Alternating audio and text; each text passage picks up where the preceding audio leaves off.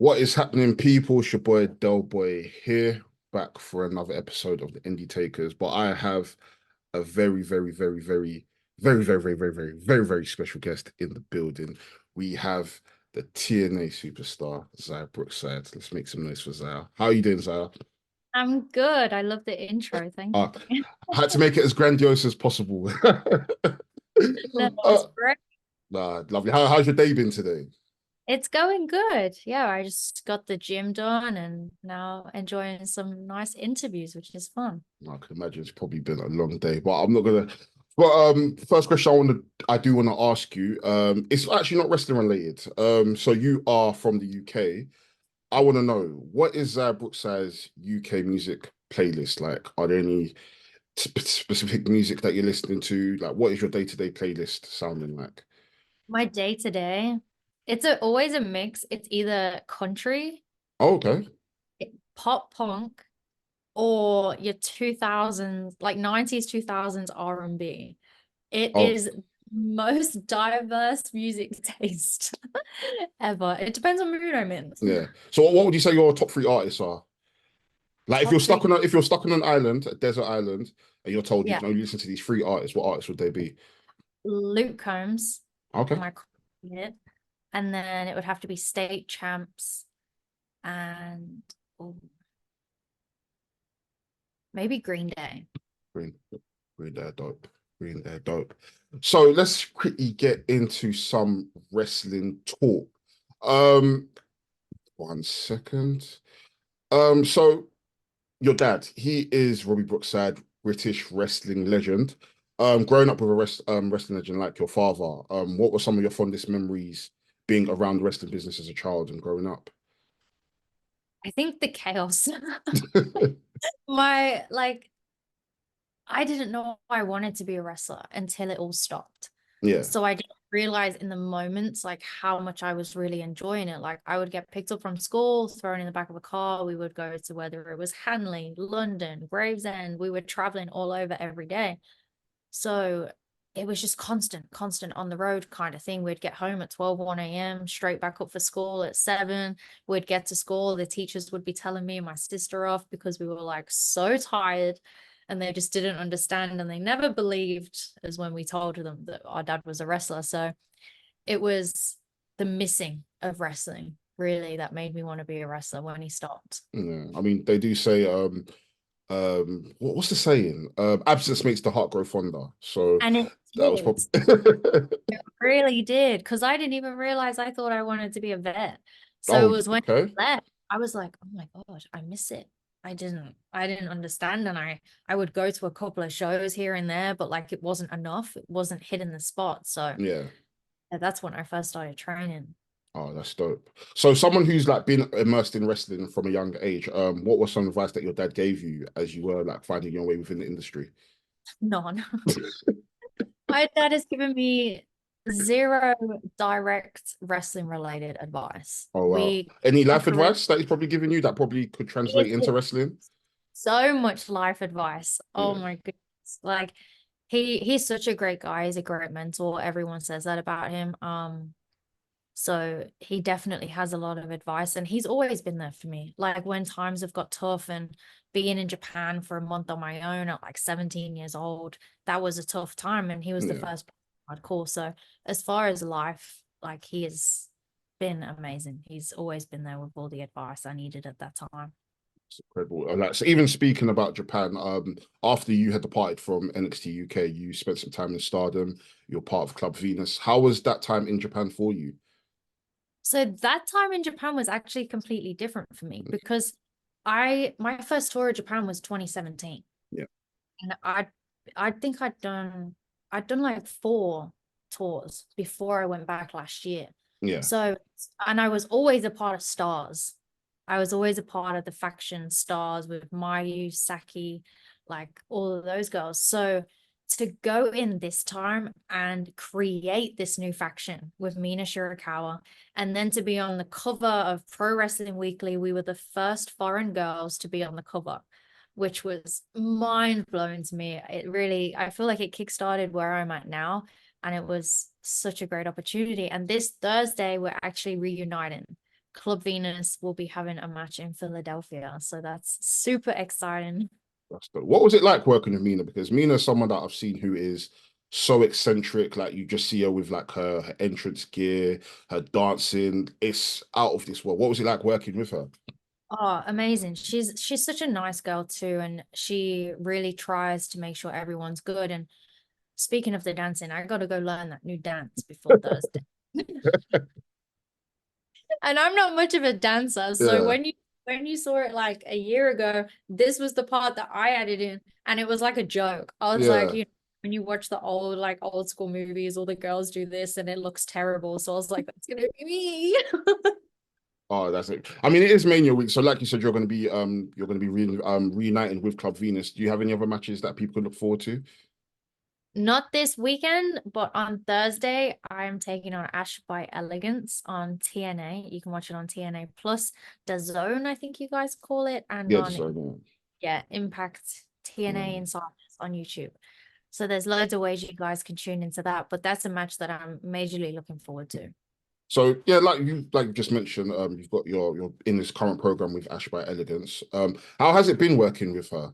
You know, she's also new to the company, but she's been wrestling for quite a while as well. How's it It's been been working with it's her? been hard work. I've known her for a long time. I've known her since before I started wrestling, especially before my first match at least. And she came into this company with such an arrogance about her. It Very was different from how she was before. very different. And I don't know if she's got a few chips on her shoulder or what it is, but she threw away an opportunity last week for the 841 match and didn't want to be a part of it, I guess. So she went and got cosmetic surgery. And then she took away my opportunity for a rematch and another title opportunity. So it's time to take her on and try and knock her down a peg or two and show her that the knockouts support each other. They don't come in with that arrogance.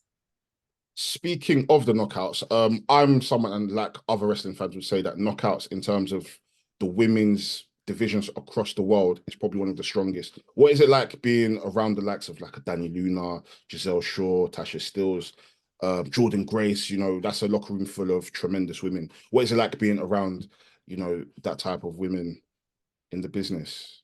It's amazing. And it's a family, it's a sisterhood. We all sisters, you know, they fall out, they argue, but they've all got each other's backs.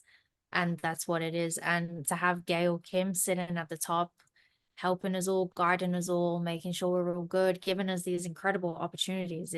It's an incredible locker room to be a part of. And tell me, how was it the moment? How did it feel the moment you knew that you're signing with TNA? I was freaking out. It was something that I wanted for so long, and I was speaking to Gail every day. She was probably like, "Oh my gosh," but it was something that I really, since I moved out here, I knew I wanted. It was something that I was working towards, and to be able to come in and debut on a pay-per-view, and then debut in an Ultimate X match, and get signed, and go straight into a story with a former Knockouts World Champion, to then my second pay-per-view having this triple threat match and being able to get in the ring with Jordan Grace. It's an incredible journey that I'm having, and I'm just loving every second. That's absolutely amazing. I watched your debut, TNA Hard to Kill. What was it like being thrown into the deep end, an Ultimate X match? That is absolutely crazy. And like, if I was a wrestler and I was told in my first match for a company, yeah, Ultimate X, I wouldn't know how to react. But how did that feel for you?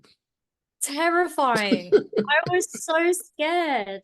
And I rang my manager and I was like, an Ultimate X match? What's going on? But they threw me in at the deep end. Like you said, it was, and I think that's made me believe in myself more. It's definitely made my confidence jump massively, because I wasn't necessarily that confident a year ago, 2 years ago, however long. Like, so to jump straight into an ultimate X match, and then also have a massive fear of heights, like I had to overcome a lot that day. And Yeah, I did, and it was so worth it. So worth it. that's absolutely amazing. So in terms of 2024, let's say, for example, in December, I get the opportunity to speak to you again. what would you have wanted to achieve by the end of this year? What can you say, Delboy? You know, we spoke in, what's today's date? 2nd of April. We spoke 2nd of April and I said, this is going to happen December 31st. Me and you speak again and this has happened. What do you want 2024 to look like for you? I want to be announced as the TNA World Knockout Champion. I see the vision. That's how we will be starting this whole interview. Today, we're talking to TNA Knockouts champion. No, I see the vision. yes. Absolutely. No, I am genuinely so happy for you. And, you know, I'm enjoying the program with you and Ash by Elegance. And just to, you know, I think like just during the period when they were signing a lot of UK talent to TNA, yeah, me and my friends will just think like, wow, this is like a renaissance for the company because I don't remember seeing this many British talent signed to the company since maybe when Doug Williams was in the company and Magnus was in the company. So to see the likes of yourself, Danny Luna, Leon Slater, Subculture, like it's absolutely amazing. So, you know, I'm excited to see every single one of you become champions by the end of this year. So Yes, it we're should all taking over. yeah. But away from the ring quickly, what are some stuff that you like to do? What do you like to do in your spare time? Is there any things that you're interested in that some people might not know that you're into? I've become a massive golfer. Oh wow. As in like Top Golf or No golf. oh I wow. live on a golf course and I started playing in November was my first scramble. And Okay. I play every weekend that I'm at home, which honestly isn't that often, but I get to play a lot. Like Yeah. we go to the driving range and just hit off 50 balls and it's like Monday through Wednesday is kind of like my retirement era. And Yeah. then Monday through Sunday is when I go to work and Yeah. because Brookside, I'm loving it. I love golf. I I feel like I am terrible at golf, honestly. Oh, I I don't mind mini golf. Mini golf I'm okay at, but I've been to a few ranges and I'm just like, yeah, no, I don't know how people do this. Like this is ridiculous. This I don't know how you guys do it. I I am too aggressive for mini golf. And to be honest, even Okay. half the time I'm too aggressive putting. Like Yeah. everyone laughs at me. If this putt is like 3, 4 feet out, I'm probably gonna miss it because I hit the ball way too hard. Yeah. But I made like a 30-foot putt a few weeks ago, and the ball wasn't even on the green, and it just went up and went dunk straight into the hole. I was like, Oh oh my wow. God. That is absolutely crazy. I I wasn't mean, even expecting it to go in. that is absolutely. I mean, you literally just mentioned that like you travel like a lot in regards to wrestling. Like how do you manage to like manage the demands of the wrestling lifestyle while still trying to find time for your own personal life? It must be damning. Just the balance. Yeah, Finding like on your days off, like what do you like to do on your days off, it's really not that big a ask. I'm a full-time wrestler. It's my only job. So on my days off, really my only job is to eat well and make sure I train. And how long really in the day does that take you? So yeah, you have a lot of downtime Monday through Wednesday. Yes, it's a lot of travel for the weekends, but I mean, that's what Monday's for.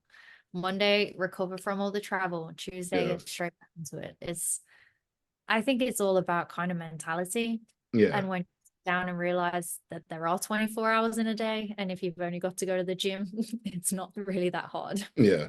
At least Damn for me, that's how it. I try and think about it. Maybe I'm just kind of boggling my own mind to motivate myself.